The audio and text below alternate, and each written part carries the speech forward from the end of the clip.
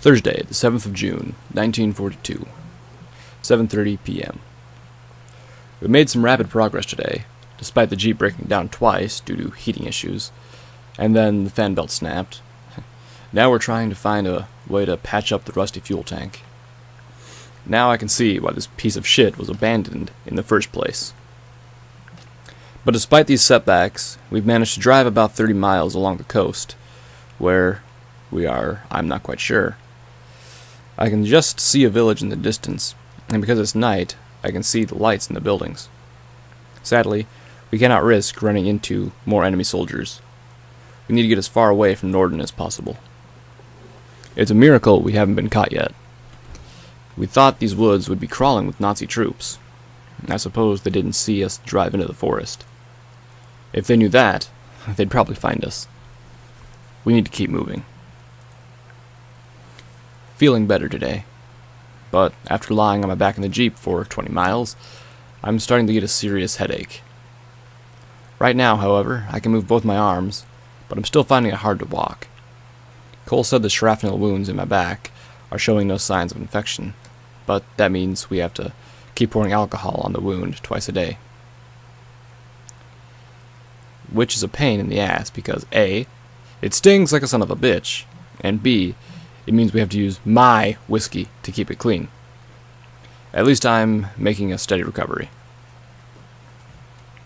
It's my birthday today. I would have kept quiet had it not been for Sergeant Cole. Apart from Dixon, everyone was supportive. We even had a mini celebration. But it was difficult to come up with anything to do. Without alcohol, music, or cake, I don't care. I'm just grateful to be alive. I'll take that as my birthday present any day. Tomorrow's going to be a real treat. We have to ditch the Jeep if we want to make any progress. We need to cross the swamp in the forest if we're going to make it to the next town, Joy.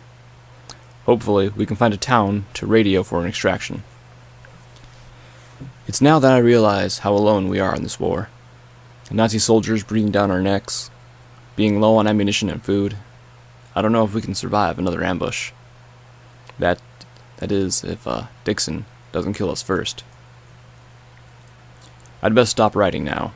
Looks like a storm's coming in. So, happy birthday to me, I guess.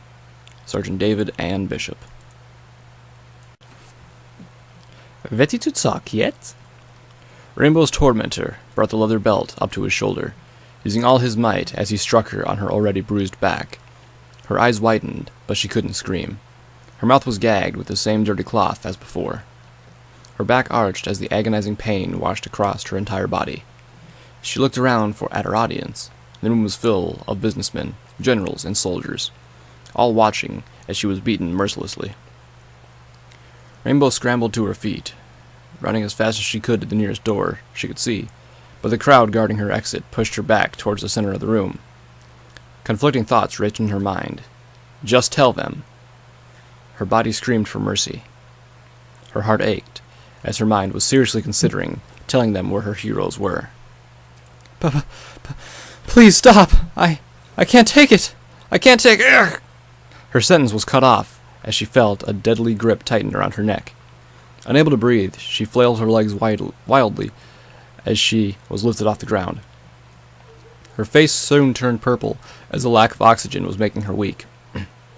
Adrenaline surged through her veins as her hooves yanked desperately at the leather belt, doing everything she could to loosen the grip.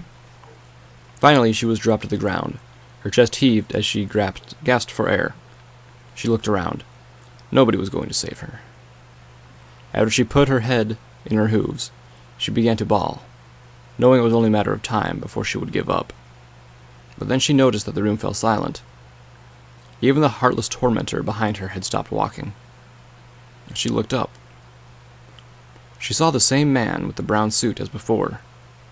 Had she not been in so much pain, she probably would have burst out laughing at his mustache again. The dictator marched up to her. Schmidt, his translator, followed as Rainbow Dash came face to face with the infuriated man. He then yelled at the top of his lungs. Rainbow Dash covered her head, expecting another painful blow to beat her body, but it never came. The dictator then began to talk to her. She couldn't understand what he was saying, but whatever it was, he was talking in a chilling tone, which sent a shiver up her spine. Schmidt then translated. "You have been an extreme nuisance to me," he began, translating as the enraged dictator continued to yell at the helpless mayor. "If you are not going to give me to talk, then you will be of no use to us. I'm giving you one last chance to speak. Then I'll end your suffering. Otherwise, you're going to die here." The dictator yelled again, raising his hand. Rainbow Dash squeaked before she raised her hooves, pressing them firmly against her head. She began to shake. Her heart stopped. She paused before peeking through her hooves, looking at the suited man in front of her. "Please don't hurt me. No more. I beg. I beg." The leader growled, turning away before gesturing by waving his hand to the soldier next to the colorless Pegasus, to which he replied by wrapping the belt around Rainbow's neck once again. And Rainbow Dash choked for air as the air was squeezed out of her lungs. Her vision blurred as the grip grew tighter and tighter. Her heart surged, desperately trying to pump the last of her oxygen to her brain.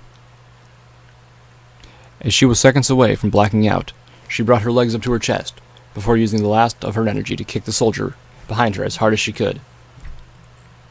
Ugh! The grip loosened around her neck. She was dropped to the ground as the soldier yelled in agony. Quickly collecting her thoughts, Rainbow Dash looked back, seeing that the heavy blow had struck the soldier in the groin. Her eyes widened. She panicked as she turned to face the crowd in front of her. The dictator screamed out a command, pointing at her, to which his right-hand man pulled out a pistol from his jacket. Rainbow ducked as the soldier fired. She felt the heat of the bullet as it flew past her ear, grazing her flesh as it went through the window behind her. Rainbow Dash looked at the cracked window. She saw her chance, but she had to settle a score. Feeling the blood pump into her muscles, she sprinted forward towards the infuriated dictator as he yelled at his guards. With one great leap, she threw herself into the air, leaning back as she flew across the room. "Take this!" Using her back legs, Rainbow Dash kicked the dictator in the nose with all her might, feeling his bones crack under her hooves as she used the force to slingshot herself towards the window. She felt the deafening scream ring out in her ears as she braced herself for impact. Using all her body weight, she smashed through the thick glass.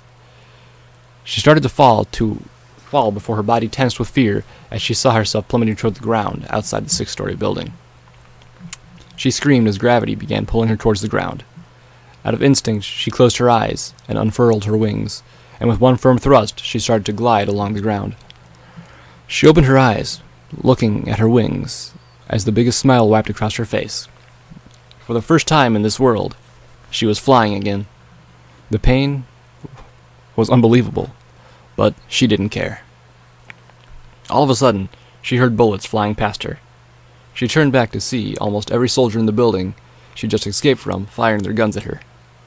Rainbow Dash had almost lost focus as she was wobbling in the air. With a graceful swoop, she dove towards the ground in a vertical nosedive, pulling up just before she was inches from the concrete path. She carried on, flying towards the horizon as she dodged bullets as they struck the ground beneath her, kicking dust into her face. But, with the gaze of an eagle, she carried on dodging and diving, like a fighter jet in a dogfight.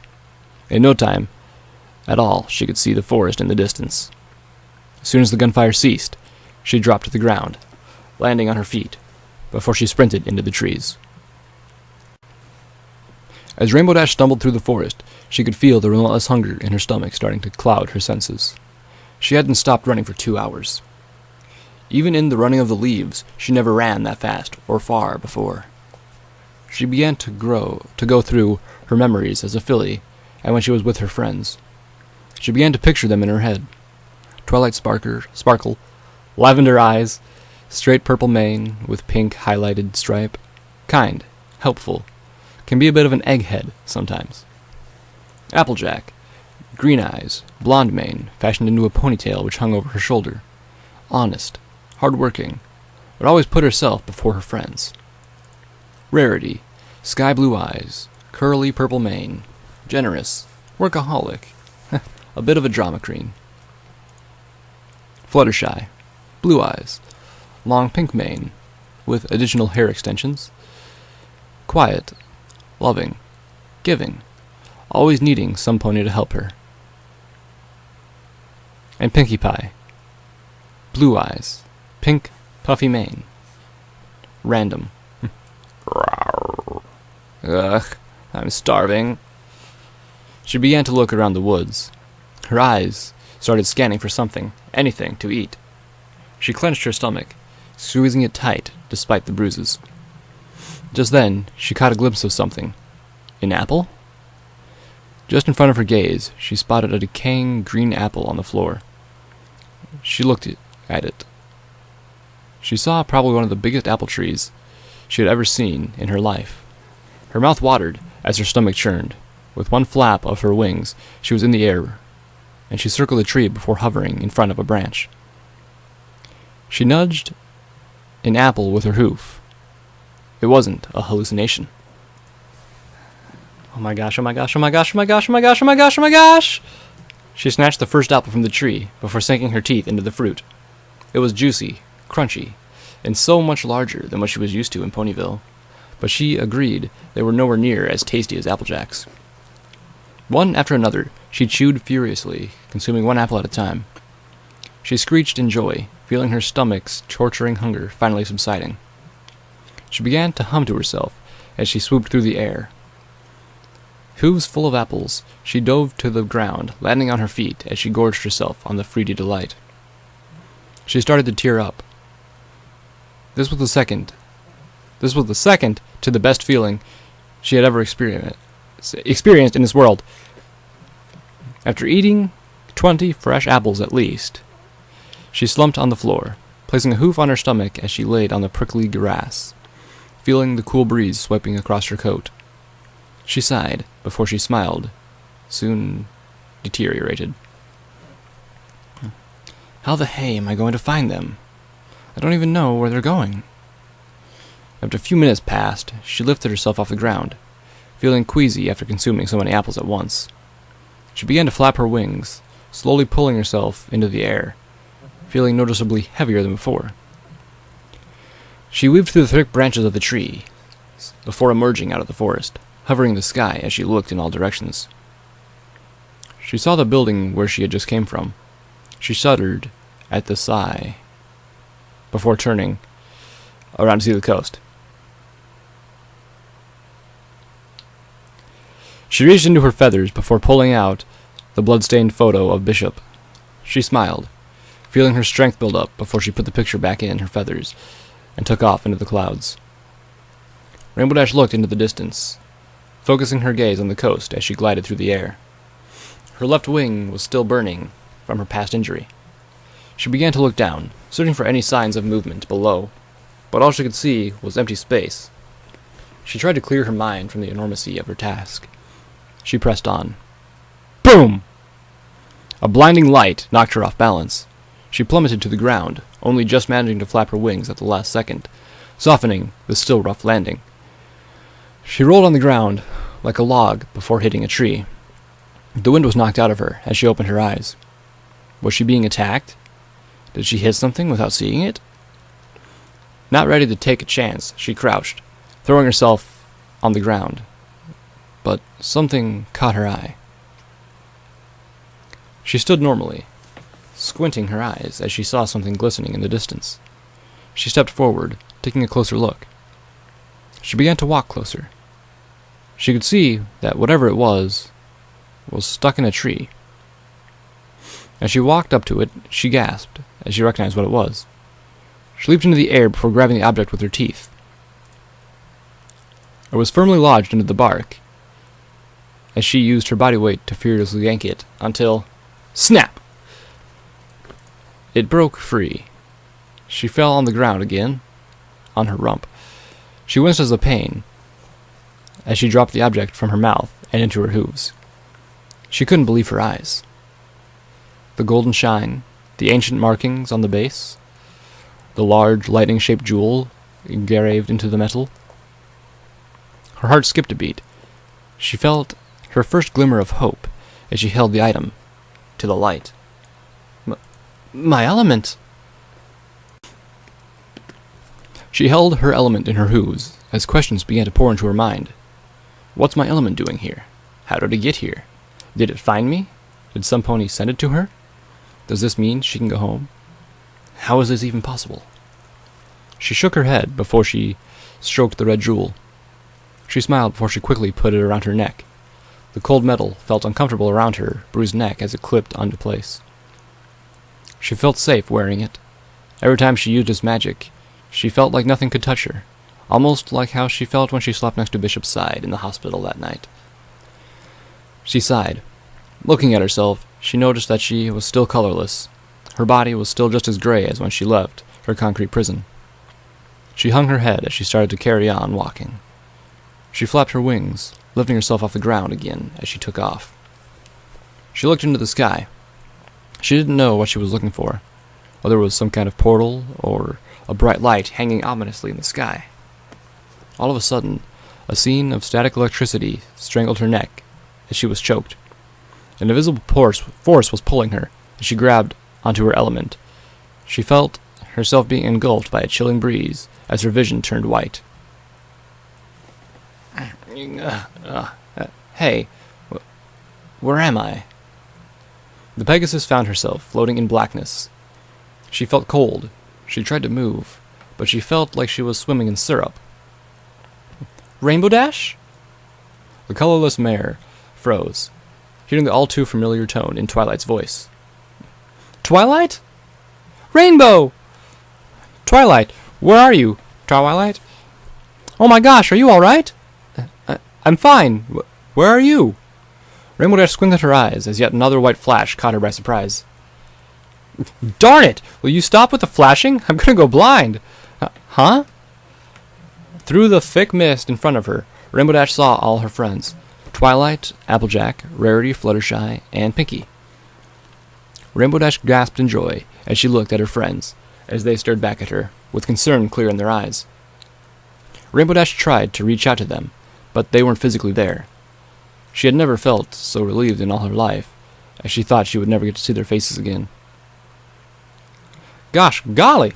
Applejack gasped on the verge of tears. What in Celestia's name happened to you?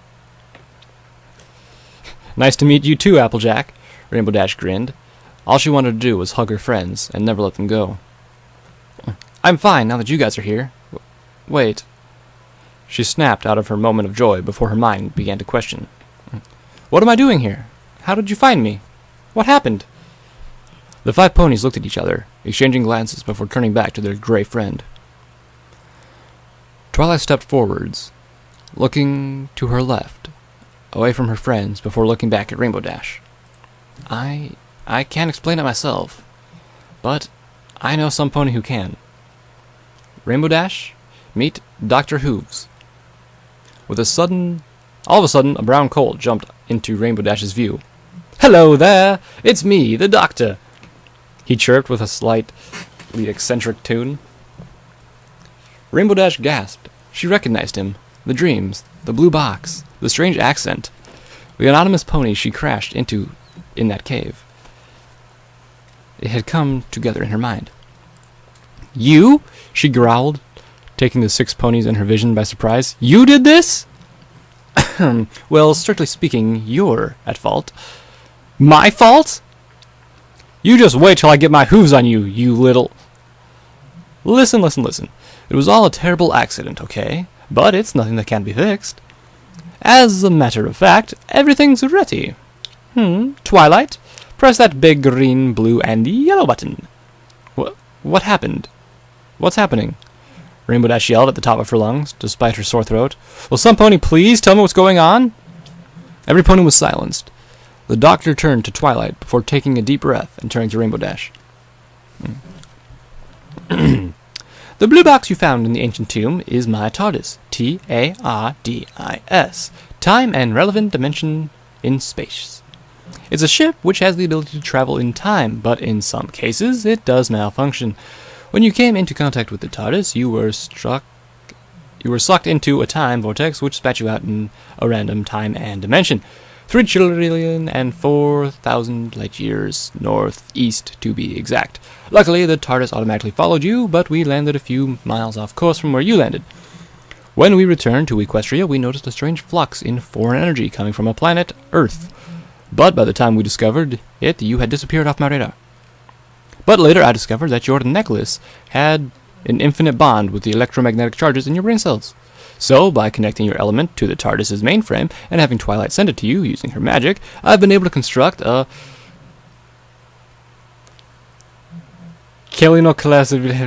something tether which connects you to my ship, so it can take you back home.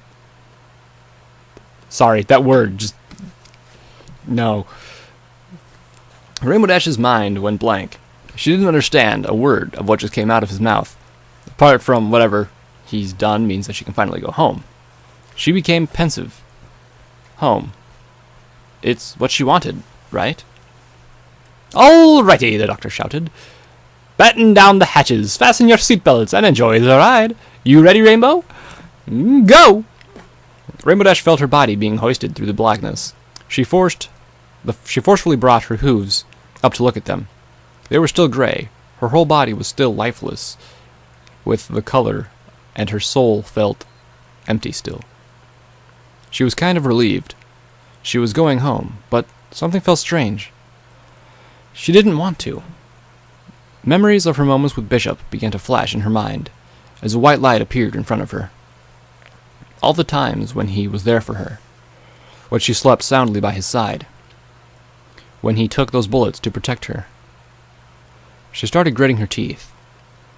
Ever since she wound up on this earth, she wanted nothing more than to go back to Equestria and spend the next 3 weeks lying in her comfy bed she missed so much. To be with her friends, to live in a peaceful world once again. No fighting, no war, no disharmony, and no more pain. But it didn't feel right. It wouldn't be right. Without a moment's hesitation, she began to lift her hooves, which felt like dead weights. As they got closer to her element, the light in front of her grew brighter. She knew it was only a matter of time. She felt lighter as she got closer and closer. She could smell the fresh Ponyville air, the scent she began yearning to breathe in again. But she wasn't ready yet. She needed to make sure Bishop was safe. Her arms got heavier as sweat began to pour from her body. Her muscles were burning. Her joints were aching. The pain was excruciating. Screaming a primeval roar, she used the last ounce of her strength to reach the back of her element before grabbing the hinges holding it together. I can't go back yet. Not yet. With one firm tug, the clips detached the necklace around her neck before floating off into the distance. She watched as the vision of her friends reaching out, screaming for her, disappeared into the blackness, and before she knew what had happened, she found herself falling through the sky towards the forest ground.